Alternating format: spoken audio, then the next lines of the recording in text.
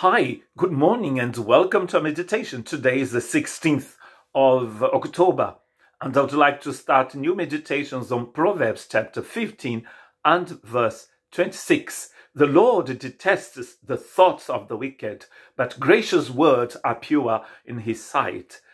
Very interesting to realize the contrast between the evil thoughts and the gracious words. God doesn't like what is evil, but he delights in what is good, what is gracious, what is beautiful here. We have been saying that the word of the Lord, of God, is often talking about the results of our thoughts. The mouth will speak of what is in your heart. That's what it's all about, this text and this meditation. A very known text in the Old Testament, Deuteronomy chapter 6 verse 4 and 7 to 7 says this: Hear, O Israel, the Lord of our God, the Lord is one. Love the Lord your God with all your heart and with all your soul and with all your strength. All your heart, all your soul, all your strength. That's the way to love God. That's the way to love your neighbor as well. You cannot just love him with half of your heart. It has to be with all your heart. These commandments that I give you today are to be in your hearts. Impress them on your children. Talk about them when you sit at home, when you walk along the road, when you lie down, and when you get up. So that's what is going to happen. That the word of the Lord, the revelation of God, is in our heart, and this revelation is going to change our heart, to change our soul, and then we'll be able to have a relationship with God. In his pride, the wicked man does not seek God.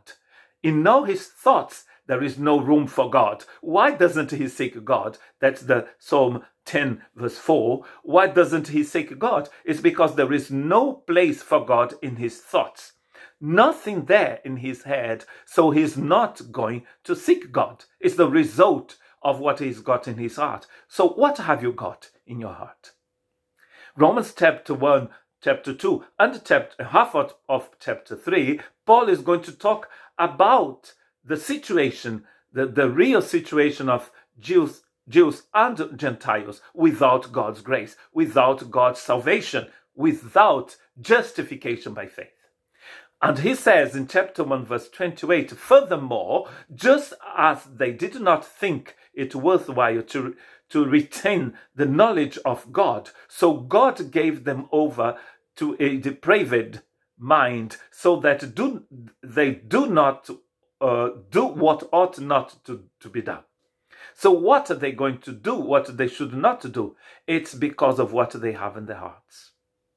That's very sad, but that's the reality of humanity without God. And then at the end of that long text that goes from chapter 1 to chapter 3, in verse 13 of chapter 3, he says this: their throats are open graves, their tongues practice deceit, the poison of vipers is on their lips. Why?